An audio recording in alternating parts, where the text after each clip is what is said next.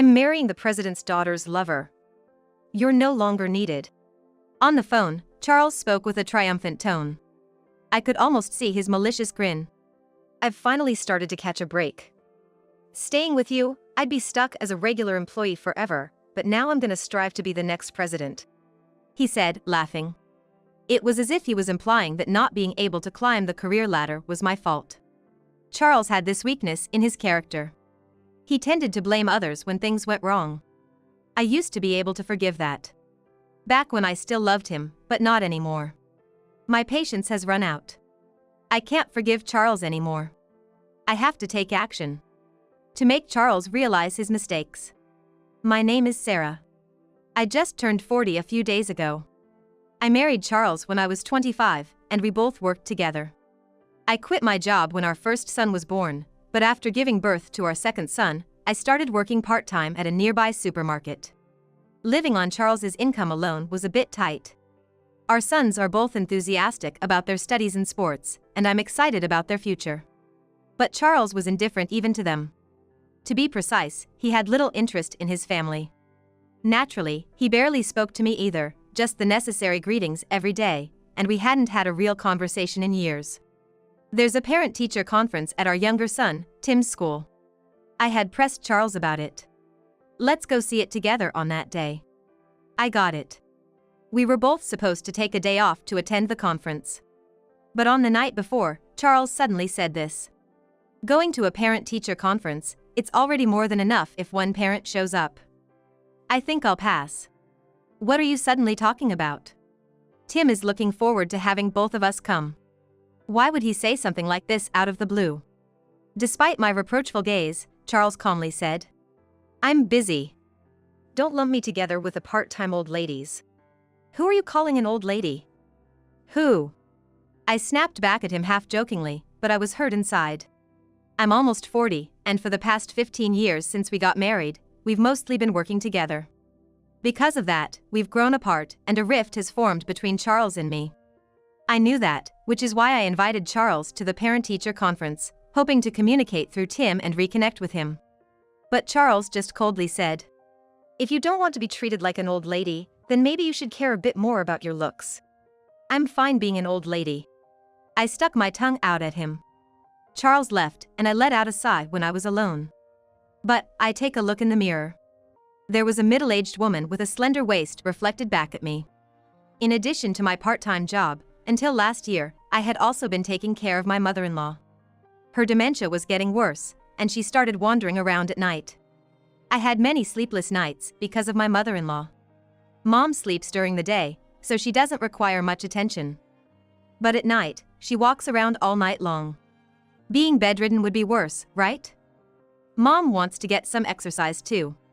Charles fell back asleep without a care, even though he was talking about his own mother. I was the only one burdened with the hardship. As I aged, it became tougher to balance my part-time job and caregiving, so I had to put my mother-in-law in a nursing home, though it broke my heart. Please, come visit me from time to time, she said with a look of anxiety. I do bring my sons to visit her as much as possible. But Charles has never visited his grandmother. I also attended Tim's parent-teacher conference alone. Charles came home later than usual. I could tell he had been out drinking with his colleagues from the smell. My eldest son, Mark, was acting sneaky. Following his brother's lead, Tim also started behaving more distant towards me. Both of them are entering that difficult age. Despite thinking I shouldn't interfere too much, I couldn't help but worry. I decided to confront the two of them. Come on, tell me the truth. What are you guys hiding? Actually, Mark exchanged glances with Tim, before finally giving in and speaking. Your birthday is coming up soon, right? So we decided to pool our allowances together and buy a cake. What? I was wide-eyed. I glanced at the calendar. Come to think of it, my birthday is just 3 days away. To be honest, turning 40 isn't something I'm particularly thrilled about. Yet, I found myself smiling, overjoyed by my son's feelings. On my birthday, true to their promise, the boys brought home a cake. Mom, we even tried to decorate the room for you, Mark said proudly. The decorations were clumsy, but the entire room was adorned with origami decorations. I was filled with happiness. Until Charles comes back. What the hell is this? As soon as he entered the room, Charles flew into a rage. I'm exhausted, you know. Can't I get some rest at home? What is all this? These ridiculous decorations. But today is Mom's birthday and a birthday at her age? Must be nice. With that, Charles tore off the decorations that were on the nearby wall and threw them in the trash. Clean this up right now. And bring me a beer. Hey! What do you think you're doing to these kids' feelings? I raised my voice. This was just too much. My heart ached as I watched my sons start to clean up, disheartened. What? Sure, I'm 40 and a grown woman, right? I'm not exactly at the age to be getting excited about birthdays. But I was happy to see my sons care. What if they were celebrating your birthday? I'd be disgusted just thinking about it. Charles twisted his face disdainfully for all to see. And after complaining about the slowness of the cleanup, he continued. I don't want you guys taking up my time. Just leave me alone. That's a terrible thing to say, I muttered, looking down. My sons were on the verge of tears as they cleaned up the decorations. That's when Charles noticed the cake on the table. I'll consider this a bonus for my hard work today. Mark and Tim were wide-eyed. In front of all of us, stunned, Charles grabbed the cake with his hands and shoved it into his mouth. Tim started crying. Mark was rubbing his back. His eyes were also filled with tears. What are you doing? You should go on a diet, you know. You shouldn't be eating this kind of stuff. Charles said, smirking. And just like that, Charles had ruined my birthday and the boys' efforts. For all his talk about work, Charles's income was far from high. In fact, there were no signs of promotion in sight, and he was rumored among his colleagues to be incompetent at work. When he was drunk, the complaints would come out. Kate would really listen to me at times like this, Charles said, holding a can of beer in his hand. I was taken aback. Who is Kate? Listening carefully, it seemed that Charles was quite close to a woman named Kate, a junior at his company, who was fond of him. He rambled on about how wonderful Kate was, fueled by the alcohol. Unlike you, she's pretty, honest, and cute. How far have you gone with her? I wish I could marry Kate. Then I could leave this damn house. Charles twisted his face bitterly. I was at a loss for words. Even though he was drunk, I never thought he would confess his desire to cheat right to my face. The next day, Charles looked guilty. He seemed to vaguely remember praising Kate to the skies while he was drunk. I'm heading out. Have a good time with Kate, I said. Charles glared at me in silence and went off to work. At this point, I was convinced of Charles's affair. But even so, I found it hard to take the final step to divorce. What would the boys think? I suddenly recalled the ruined birthday party. Since then, the boys had kept their distance from Charles. He was originally indifferent to family, so there was a distance between him and his sons. However, due to this recent incident, his sons completely closed off their hearts. Yet, Charles is still their father. I wondered, is it really okay to cut ties with him that easily? I was troubled. Then, I realized that my worries were in vain. On my way home after my part-time job, I received a call from Charles. He got straight to the point. I'm marrying a mistress, who is the daughter of a company president. I don't need you anymore. I couldn't comprehend the situation for a moment. My thoughts were frozen. How sudden and absurd is that? But Charles continued to speak as if this was an undeniable fact. I've finally struck it lucky. If I stayed with you, I would remain a regular employee forever, but now I'm gonna work hard as the next company president. Kate is the boss's daughter? I was surprised again. It was clear that Charles was having an affair with Kate. But I never imagined that Kate was a woman of such high status. To put it bluntly, Charles is average in both income and looks, and he's approaching middle age. I thought he was out of his league with the daughter of a boss. Kate? Well, yeah. You've been obsessed with Kate lately, haven't you? Yeah, I guess so. There was Kate, wasn't there? Charles spoke in a strange way, as if implying he had other mistresses. Anyway, please break up with me, Sarah. Okay. Goodbye, then. I was astounded at how easily I agreed to the breakup. It's not that I was letting Charles have his way. Quite the opposite, I couldn't forgive him. As a first step, I decided to distance myself from him. I knew my sons would understand. When Charles came home with the divorce papers, I signed my name without hesitation. He tried to push the custody of our sons onto me, which I had anticipated, so I wasn't surprised. When I explained the situation to my sons, they responded with figures. Dad never really cared about us, did he? Don't get desperate. I'm here for you, I assured them. That's our line. Mark said, looking out for me. Mom, don't be sad about the divorce. Mark and I are here for you. That's right, Mom. Thank you, both of you. I was moved to tears by my son's words. A month had passed since the divorce from Charles. My life hadn't changed much. I sent my sons to school, took care of household chores, and worked my part-time job. Then, on my way home from work, Charles called me again. He was in a complete panic. Help me! It's Kate! What happened with Kate? I asked leisurely. Mark's making curry for dinner and waiting for me at home today. I can't wait and am really looking forward to it. While thinking about this, I just want to get home as soon as possible. Kate came to my house, and now my wife knows about the affair. That's tough.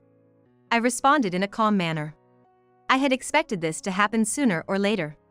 Concerned about Charles's behavior, Mark and I had followed him and found out the truth. Charles's so-called mistress whom he wanted to marry wasn't Kate. Kate was just a junior at his company and came from an ordinary family. She was young and beautiful, which probably tempted Charles to cheat. However, his actual mistress, the supposed boss's daughter, was in her late 30s and not particularly attractive. How did Kate find out? I did it. I said it as if it was nothing. What? I told Kate the truth. I even sent her pictures as proof. Charles raised his voice at my words. What have you done to me? Thanks to you, my wife is furious and I've been kicked out of the house. I've even lost my job. It's because you deceived that president's daughter, isn't it? That's why this is happening. Charles was speaking as if he was the victim, but he was actually at the center of the problem. I sighed. How many years have you been deceiving Kate and your current wife? Shut up, it's none of your business. Well, it's true now, since we're divorced, I said with a bitter smile. But you were cheating on me while we were married, weren't you? What do you think of me and our sons? Just a nuisance. Marrying you was a mistake. What's wrong with trying to fix a mistake? Charles replied like a spoiled child. He is just a perpetual child, never admitting his faults. But even if he doesn't admit it, others won't let his faults slide. I've lost my job and home, and I don't even know if I'll be able to find another job. My wife talked to her dad, the president, and it seems he's pressured other companies not to hire me. And this is my problem how? I said to Charles, who was speaking so seriously. He was dumbfounded. Besides, I'm not your wife anymore. Let's each take care of our own issues. With that, I hung up the phone. There were several more calls, but I didn't answer. Instead, I got a call from Kate. Charles came to my house. He said he wanted to start over. That's really? I said, utterly astounded. I'm sure Kate on the other end of the phone had a similar expression. Of course, I turned him down and told him never to come back. That's the right decision. I nodded in agreement. After venting her frustration about Charles, Kate's voice softened. I didn't know that Charles was married. I know. All of us were deceived. All of us were victims, and there was no reason for us to hate each other. I'm sorry. It's okay. Don't worry about it. I ended the call with a bitter smile. I also got a call from Charles's current wife. She was emotional, expressing her frustration about separating from Charles and how she was deceived. Her strong voice made me think that Charles really deceived the wrong person. I received a call saying my mother-in-law was feeling unwell, so I went to the facility. The staff looked troubled. We've contacted her son, but he just insists handle it at the facility. So you contacted me? Yes, we know you are divorced, but there's no one else we could talk to. I see. I couldn't bring myself to hate my mother-in-law even though I divorced Charles. She was a solid person before dementia set in, teaching me how to cook. My sons were also close to her. I'm coming in. As I entered the room, I heard a moaning sound. My mother-in-law was trying to sit up in the bed at the back of the room. Don't push yourself. Weren't you divorced from my son? She asked with an anxious voice. I nodded and approached her bed. Yes, but you are still my son's grandmother. And the facility contacted me, saying you weren't feeling well. It's just a cold. And I'm already feeling better, she said, then coughed softly. The cold hadn't gone away. The staff told me Charles was even reluctant to pay for the facility, preventing them from taking my mother-in-law to the hospital. I'll pay, so let's get you to the hospital. But please get better quickly and play with my sons again, I said with a smile. My mother-in-law seemed taken aback. Okay. After confirming her nod, I left the room and arranged things with the staff. A few days later, I visited my mother-in-law again. And surprisingly, Charles was there too. However, the content of their conversation was terrible. Mom, I just need a little. Can you lend me some money? Why do you only show up when you're in trouble? Don't be mad. Charles continued to speak in a soft voice, seemingly unaware that I was standing at the entrance of the room. Mom, you must have some of Dad's inheritance left, right? Give it to me. Don't talk nonsense. His mother snapped back sharply, her anger seemingly overcoming her illness and giving her a moment of clarity. The money is for the grandchildren. They'll need it if they're gonna go to college. And I also want to give some to Sarah, who has been very kind to me. That woman is a stranger to us now. Even if she's a stranger, she's kinder than you are. His mother retorted firmly. The inheritance will go to the grandchildren. You won't get a penny from it. Mom. Charles's voice took on a pleading tone. But it was in vain. When his mother noticed me, she smiled warmly. Please take care of the grandchildren, Sarah. Yes, ma'am. I nodded solemnly. Charles was still trying to press his case, but he was escorted out of the room by a concerned staff member who sensed that something was amiss. I later learned that his mother, anticipating that her illness would soon leave her incapacitated, had consulted with a lawyer through the facility to ensure her wishes were followed. Charles had been persistent in his visits, but in the end, his mother's resolve did not waver. When Tim came home from school, he exclaimed in a voice close to a scream. Dad came to my school today and said he wanted to live with me all of a sudden. Given his previous indifference, it was hard to believe he had suddenly started to feel lonely. Besides, Tim was set to inherit from his grandmother. It seemed likely that Charles was trying to take him away in the hope of getting his hands on the inheritance. Are you okay? I asked. Yeah, I ran away. Something's definitely not right. Dad wouldn't want to live with me. Tim was unaware that he was the chosen heir to the inheritance. But he still sensed that something was off about his father's sudden appearance. He might go to Mark's place too. That's a possibility, I replied, hastily getting ready to go pick up Mark. Stay at home, Tim. Don't open the door for anyone. Got it.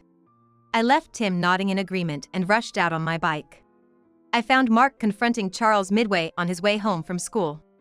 Both of them wearing stern expressions. Just go away. I don't want anything to do with you anymore. Don't say things like that, come on. Charles pleaded, reaching out his hand to Mark. But Mark turned and ran away. Hey, stop. Help, please. There's a strange man here, Mark called out, effectively labeling his biological father as a strange man. It was harsh. But given Charles's past behavior, it was not entirely unjustifiable. Mark noticed me and latched onto my arm, saying, Mom, get rid of him, please. Charles, that's enough, I said, stepping in between them to protect Mark. Charles glared at me, grinding his teeth. This doesn't concern you. Let me talk to Mark. Mark is my son, I declared. I had been the one to raise him from birth. Charles hadn't even held him as a baby. While he was out enjoying his weekends, I was at home, overwhelmed with childcare. And now he wanted to talk? Most likely, he wanted to convince Mark to renounce his inheritance, so the money would come to him instead. Mark, go call for help, I instructed. Okay. Mark nodded and ran off. And as Charles tried to follow, I warned him. If you continue to bother my family, I'll have to call the cops. What did you say? Charles was red in the face, looking like a demon. You've ruined my future, he said. Well, you had it coming, was the response. The current state of Charles was the result of him lying to 3 women, including myself. However, Charles couldn't understand that. Incapable of admitting his own faults, Charles remained immature, with no progress or growth in his life. Over here, shouted Mark, returning with a few men. Suddenly, Charles turned timid. He tried to run away, but was surrounded by the men. Charles was then taken to the police station. He was labeled as a stalker and was prohibited from approaching or interfering with us. Nevertheless, just to be safe, arrangements were made for the school teacher to drive my sons home. I apologize for my ex-husband causing trouble. No, the hard part is on Mark and the boys, said the teacher. Charles still calls, even now. But none of us in the family pay him any mind. With support from those around us, we've successfully pushed Charles out of our daily lives. Choosing a holiday, my sons and I visited my mother-in-law. She was dozing off, but when Tim ran up to her, she showed a smile. Thank you for coming. Tim, Mark. It's been a while, Grandma. Mark started a cheerful conversation with my mother-in-law. According to the caregiver, her condition is slowly worsening. Eventually, she might forget about all of us. I hope to create as many memories as possible with my sons before that happens. After spending a good amount of time with her, it was time to leave. Walking down the hallway of the facility, my sons seemed restless. Mom, can I talk to you for a sec? What is it? Tim hesitantly took my hand. And Mark took the other. Hey, no fair, Tim. I want to as well, Mark chimed in. What's going on with you two? I was feeling ticklish inside. Come to think of it, when the boys were little, we often walked together holding hands like this. It's fine once in a while, I said. Yeah, it is. They agreed, and we all started laughing and walked on. Looking back, it's been a long journey of housework, raising children, and eventually caregiving, while also working part-time jobs for 15 years. The end result was bitter. Charles had betrayed me and left. But still, I can smile. Because of my sons, I am not alone. We've cultivated a bond that allows us to laugh together like this. I will never let go of this bond. I thought, smiling to myself.